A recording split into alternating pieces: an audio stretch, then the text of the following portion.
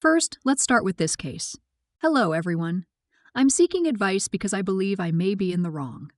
I'm a 21-year-old woman with two full siblings, Michael, 23 years old, and Damien, 25 years old. We also have an 18-year-old half-sister, Elsie, who was born as a result of an affair. Our mother, who is 50 years old, is terminally ill and doesn't have much time left. Recently, she called us together to discuss her will and how her assets would be divided. Our mom worked as a banker and built an impressive portfolio over the years. After Elsie was born, her biological mother wasn't involved, so Elsie moved in with us and was raised by my mom. While my mom cared for Elsie, it was clear she harbored some resentment for the situation, as she regretted not leaving after the affair. Elsie, on the other hand, was often disrespectful toward my mom, especially during discipline, frequently saying, "You're not my real mom." Yet, when she wanted something expensive, she would act very sweet.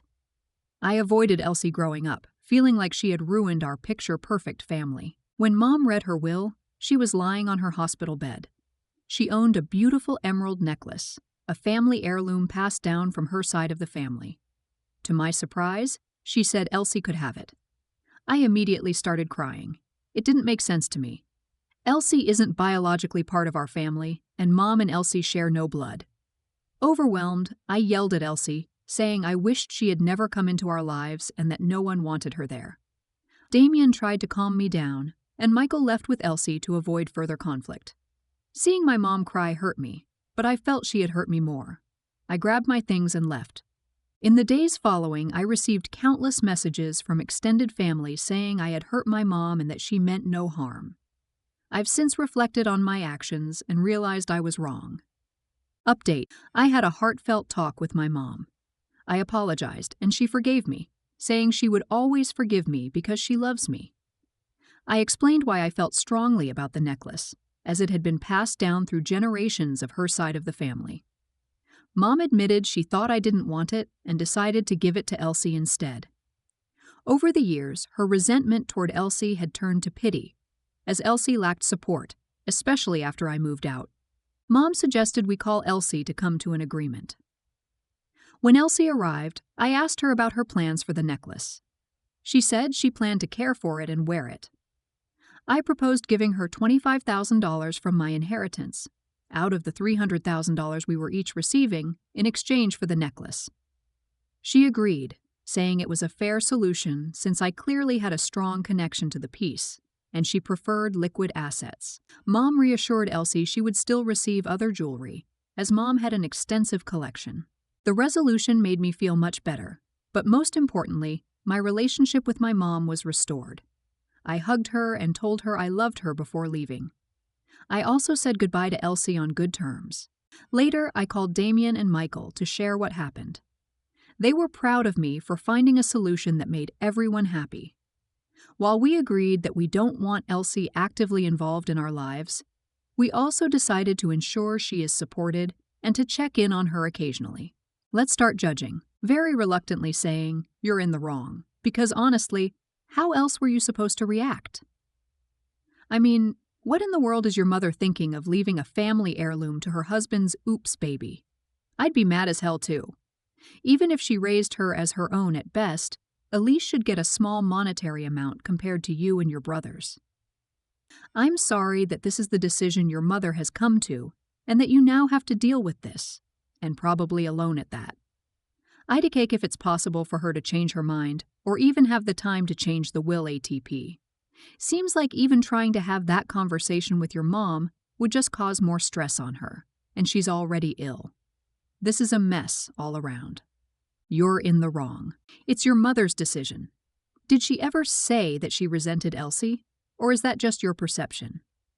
As clearly your mother does see Elsie as part of the family. Elsie probably sees your mother as her own too under the circumstances.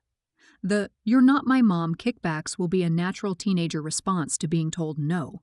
If you think about it, you probably said rotten things as a teenager too. I'm sorry for your impending loss. Unfortunately, you are being the cause of conflict/drama here, and I strongly recommend you make peace with your family and apologize to your mother before it's too late. You're in the wrong. sympathy for this awful time losing your mum. I am sorry to be harsh. Your mother is dying. Please try to be kind to her until then. It is very hard to keep things together when losing a loved one, so even though Yutta for not seeing her, she sounds understanding. Things will get better. Maybe get some counseling about how this is blown up in your mind to her dying would hurt her less than you seeing kindness towards your sister.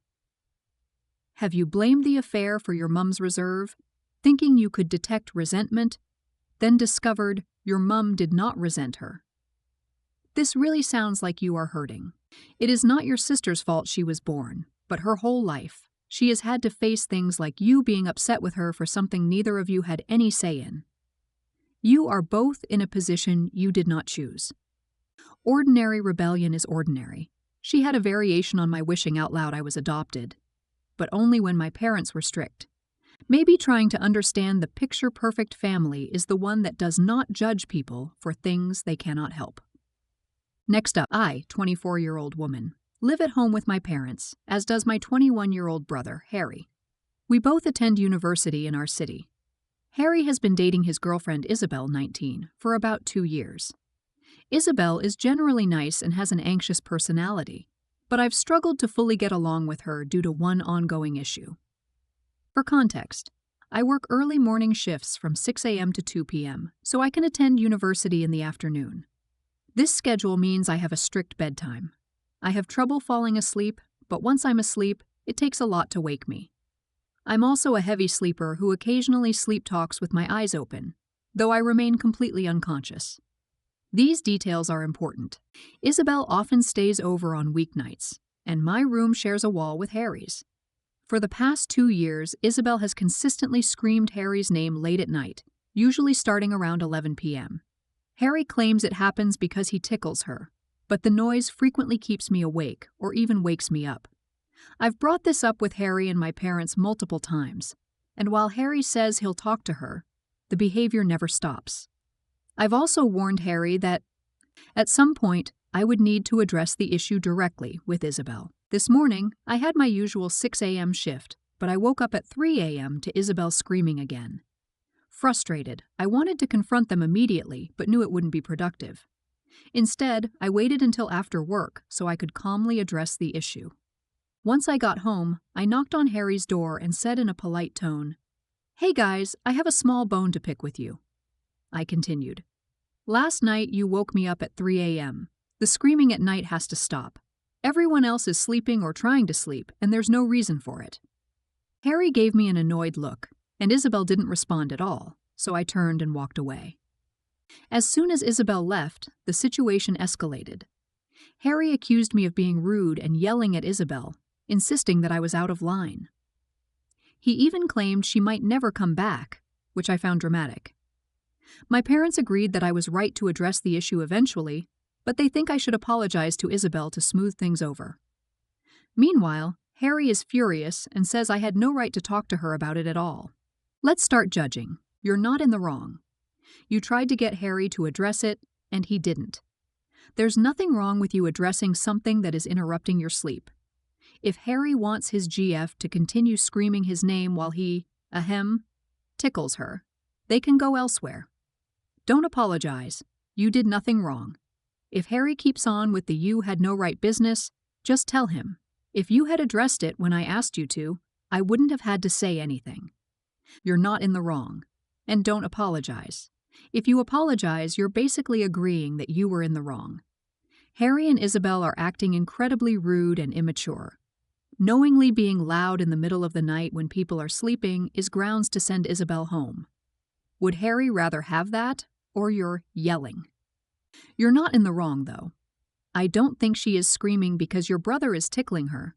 So I believe because you spoke to her directly about her screaming, she's probably actually embarrassed for being heard. But I wonder if your brother actually spoke to her about the screaming.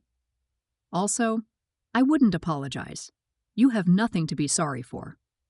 Harry should be apologizing to you. Next up, my uncle has a long history of substance abuse, primarily with prescription painkillers. Over the years, he's been arrested at least a dozen times that I'm aware of for related offenses. The most recent arrest was back in November. He was released on parole with the condition that he regularly passes drug tests. For the first couple of months, he seemed to be doing well, and I started to hope that this time might be different, that he'd finally make an effort to change his life for the better. Unfortunately, that wasn't the case. About an hour ago, my mom came into my room and asked if I would do my uncle a favor. Provide a urine sample so he could pass his drug test. I immediately said no because he's responsible for his actions, and it's not my job to help him avoid the consequences of his choices. I thought my response was completely reasonable, so I was surprised when my mom reacted as if I were in the wrong. She insisted that I should help him because he's family. When that argument didn't work, she even tried to bribe me by having my uncle offer to change a tire on my car. Not exactly a compelling offer. Let's start judging. So why can't your mom piss in a cup and give it to the uncle? Because he's family. You're not in the wrong. You're not in the wrong, since I'm pretty sure faking a drug test is at least a misdemeanor. And also judges get very, very mad when you do it. If your uncle cared about you like family, then would he be asking you to potentially get a giant fine and possibly jail time? And he's extra risking his own probation on top of all that. In the event you two get caught, it's better for it to just be, Uncle failed his drug test. Instead of, Uncle knew he would fail his drug test and roped in at least one other person to lie about it in an attempt to cheat. So now he's on the hook for drugs and cheating, and I'm in the cell next to him for helping him. You're not in the wrong. Just because you're family doesn't mean you should have to pee in a cup just for them. What your uncle needs is some kind of rehab to help with his problem. Peeing in the cup for him will only make his drug problem worse. Get your uncle some rehab so he can hopefully become sober. That's what he really needs. I'm not sure how much I believe this. I've been on probation and subject to urinalysis. And you don't just bring the tester a cup of urine. They search your belongings and are in the room when you pee. They give you the cup to pee in. You have to pull down your pants, turn in a circle, and they have you in view to make sure you're not doing anything other than peeing. Once you're done, they test it for temperature and mark it and send it for analysis. For a job requirement, it is a bit different, been there too, but usually a court of law, especially a drug court, covers all the bases. It's very difficult to fake it. Next up, I, 21-year-old male, rent a place with two other guys, Alex, 22-year-old male, and Connor, 21-year-old male, while attending college. We aren't close, and the only reason we live together is because a mutual friend connected us when we were all searching for housing. Over the past month, Alex and Connor have had overnight guests 3 times. While I wouldn't mind if the guests just visited for a few hours, they completely take over the living room and kitchen, making me feel like I can't leave my room. They're often loud, block my car in the driveway, and use our shared bathroom for long showers in the mornings, leaving me waiting over 30 minutes just to get ready. The first time this happened, no one told me. I came home late from my delivery driver job to find 3 strangers asleep on the living room couch. It startled me because I wasn't expecting anyone. The next day, I asked Connor to give me a heads up in the future. He didn't seem to care about how uncomfortable it made me or the inconvenience of my car being blocked. Since then, they've had guests over twice more, and while Connor now tells me beforehand, it's only an hour or 2 in advance. The guests always stay the entire next day, and it's usually on weekends, the only days I don't have class or work. I can't enjoy any peace and quiet during my limited downtime. I'm frustrated this keeps happening and feel it's inconsiderate. But I haven't voiced my anger directly because I know they'll likely dismiss me, saying I'm overreacting.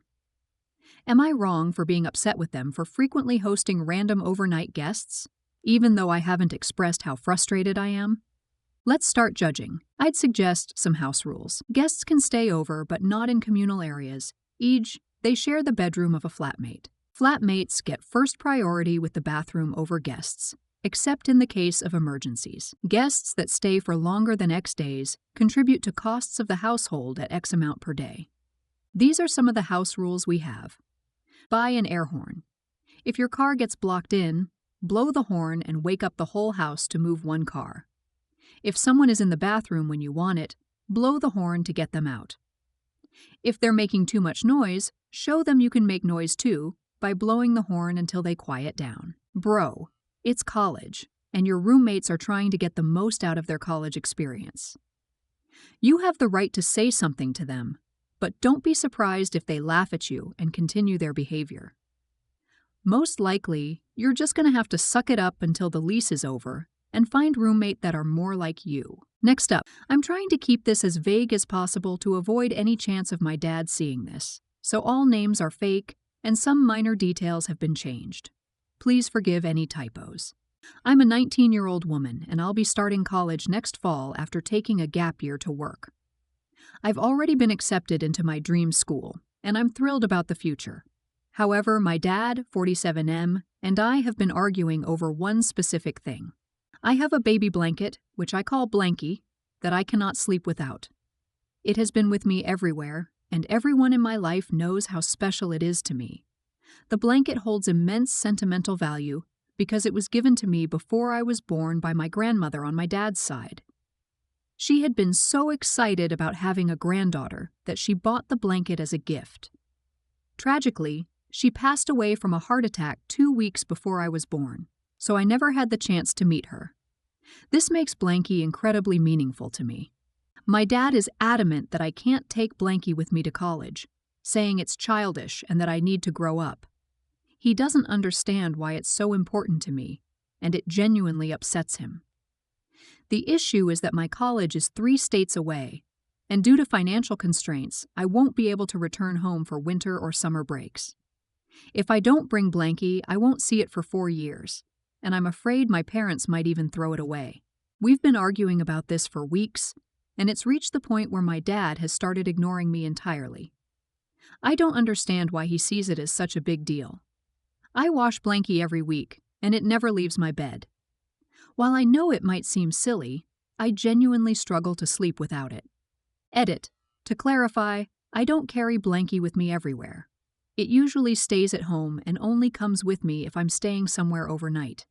Even then, it stays in my bag until bedtime. I'm not like Linus from the Peanuts, though I laughed at that comparison. Thank you to the commenter who mentioned it. I appreciate all the advice and comments so far. Sorry for the delay in replies. I've been at work. Let's start judging. You're not in the wrong, and I would seriously think about hiding it. With how he's been arguing with you about it, I wouldn't put it past him to throw it away before you leave for college. And it's not silly to have things from your childhood that are important to you. Even if you sleep with it the rest of your life, it still wouldn't be silly. And this is from a fully functional, married, 35-year-old adult who's had a stuffed dog named Milo since I was 9. But seriously, hide your blanket when you aren't at home, or take it with you in a backpack everywhere you go. You're not in the wrong. If he feels so strongly that you are too old for Blanky to the point where he's constantly arguing about it, then like another commenter said, you should hide it somewhere safe. It wouldn't surprise me if he tried to get rid of it. There's nothing wrong with having a comfort item. I'm almost 32 and I have tons of comfort items. Don't listen to your dad. You're not in the wrong. Fold the blanket, put it in your backpack. You can fold it under your pillow or put it in a locked suitcase when not in use.